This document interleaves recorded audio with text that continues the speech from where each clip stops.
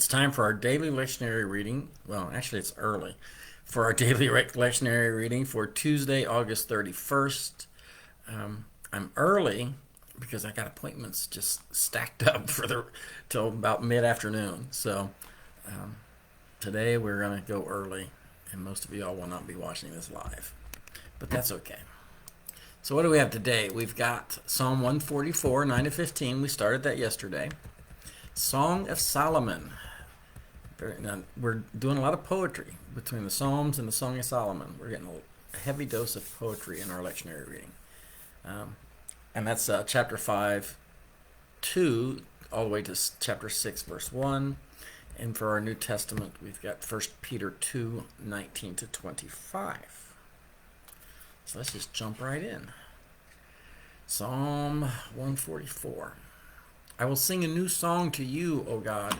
Upon a 10-stringed harp I will play to you. The one who gives victories to kings, who rescues his servant David. Rescue me from the cruel sword and deliver me from the hands of aliens whose mouths speak lies and whose right hands are false. May our sons in their youth be like plants full grown, and our daughters like corner pillars, cut for the building of a palace. May our barns be filled with produce of every kind. May our sheep increase by thousands, by tens of thousands in our fields. And may our cattle be heavy with young.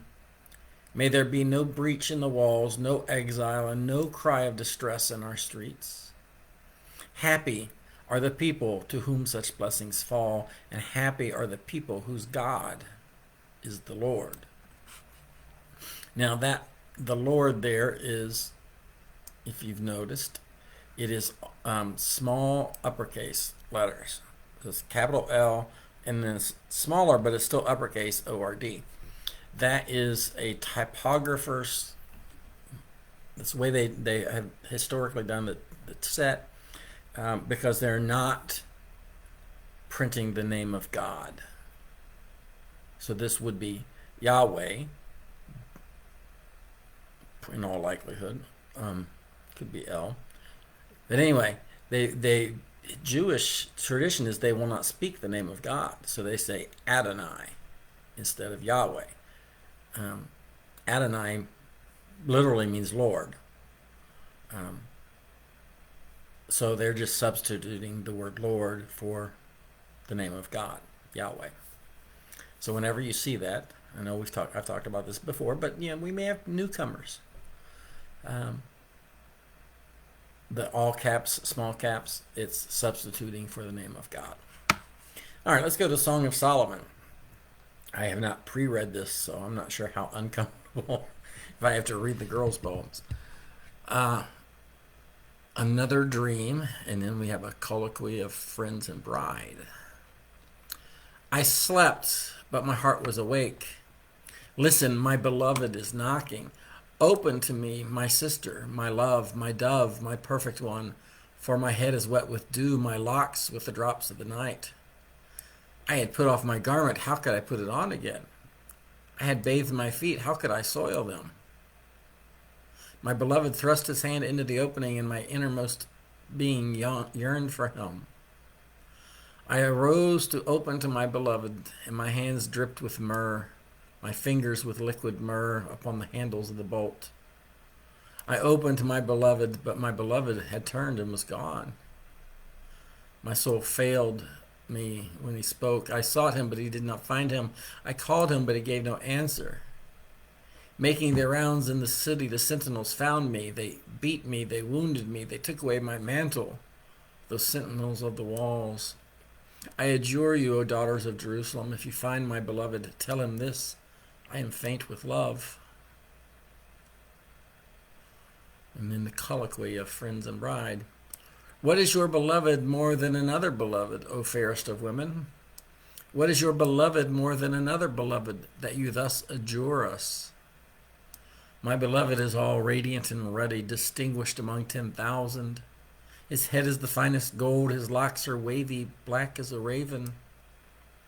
His eyes are like doves beside spring water, bathed in milk, fitly set. His cheeks are like beds of spices, yielding fragrance. His lips are lilies, distilling liquid myrrh.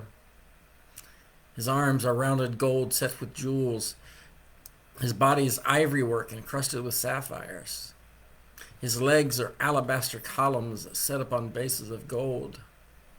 His appearance is like Lebanon, choice as the cedars.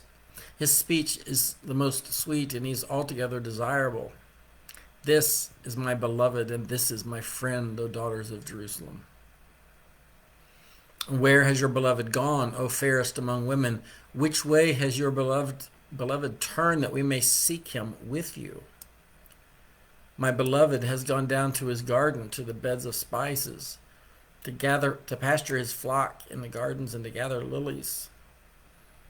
I am my beloved's, and my beloved is mine. He pastures his flock among the lilies. Let's see. So 1 Peter 2, 19 to 25. For it is a credit to you if, being unaware of God, you endure pain while suffering unjustly. If you endure when you are beaten for doing wrong, what credit is that? But if you endure when you do right and you suffer for it, you have God's approval. For to this you have been called, because Christ also suffered for you, leaving you an example so that you should follow in his steps. He committed no sin, and no deceit was found in his mouth. When he was abused, he did not return abuse. When he suffered, he did not threaten, but he entrusted himself to the one who judges justly. He himself bore our sins in his body on the cross, so that, free from sins, we might live for righteousness. By his wounds you have been healed. For you were going astray like sheep, but now you have returned to the shepherd and the guardian of your souls. And that's our daily lectionary reading for Tuesday, August 31st. It's the last day of August. September starts tomorrow. Oh my gosh. It's hard to believe. It's been 5 months, guys. Officially, tomorrow becomes 5 months that I've been here. I will see you all mañana with the next lectionary reading.